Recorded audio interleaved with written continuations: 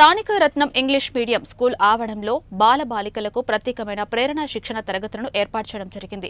నేటి సమాజంలో బాలికల సెక్సువల్ హెరాస్మెంట్కు గురి అవుతున్న విషయాలను గుర్తుపెట్టుకుని గుడ్ టచ్, బ్యాడ్ టచ్ను గురించి వివరిస్తూ పాఠశాలలో చదువుతున్న విద్యార్థులను, అదే పాఠశాలలో పనిచేస్తున్న సిబ్బంది ఏదైనా అగత్యాలు చేసినా ఎడల వెంటనే యాజమాన్యానికి కానీ లేదా తల్లిదండ్రులకు కానీ తెలియచేయమని పిలుపునిచ్చారు.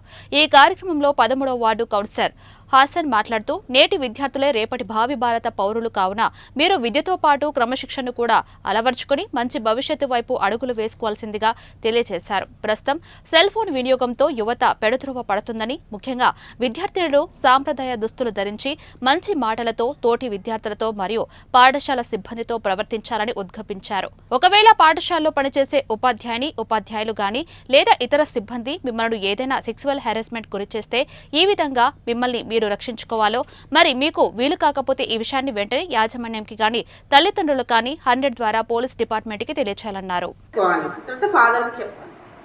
ఫస్ట్ నీకు స్కూల్లో ఇలాంటి మొలాస్ సమస్యలు వస్తే ఫస్ట్ మీరు తర్వాత ఎప్పుడో చెప్పేది కాదు. ఫస్ట్ మీరేం చేయాలి? అపోజ్ చేయాలి. ఎవరైతే మిమ్మల్ని మొలాస్ చేస్తున్నారో, మిమ్మల్ని ఇబ్బంది పెడుతున్నారో వాళ్ళని అపోజ్ చేయాలి. అర్థమైందా? నిన్న అక్కడ జరిగిన అమ్మాయి ఎగ్జాంపుల్ చూడండి. ఆ అమ్మాయి అతను చెయ్యి అంతా కందిపోయిందట, గట్టిగా పట్టుకొని ఏదేదో చేయాలని ట్రై చేస్తే ఆ అమ్మాయి చెయ్యి వినిపించుకొని అతని నెట్టి ఇంటి దగ్గరికి వచ్చి చెప్పారు. మీరు కూడా అంతే ధైర్యం చేయాలి. ప్రతి ఒక్కరు బెదిరిస్తారు.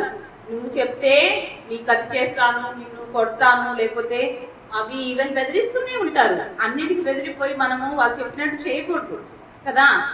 బాయ్స్ పరంగా కూడా నాన్న మీరేమి తక్కువ అని కాదు. బాయ్స్ ని కూడా ఈ రోజుల్లో సమాజం, మీడియా కూడా కొంత ఇన్ఫ్లుయెన్స్ ఉంది, చాలా ఉంది. కొంత ఏంటి, ఇంకోటి ఫ్యామిలీలో పేరెంట్స్ కూడా వాళ్ళు ఇచ్చేటువంటి ప్రేమ